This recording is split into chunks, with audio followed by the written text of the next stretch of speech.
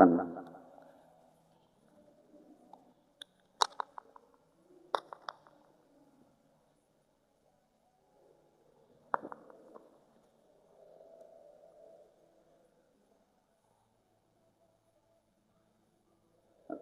วก็พาเราพาเลาะเบิ่งสถานที่ต่างๆนะ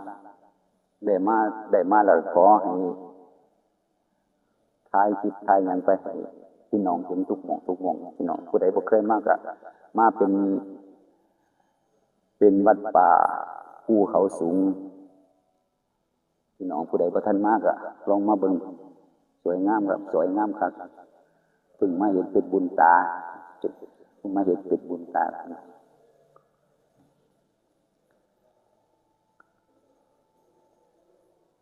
คือสูงเนินจังหวัด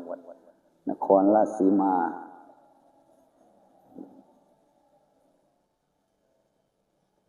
เดี๋ยวพาไปเบิ่งเนาะพาไปเบิ่งรอบ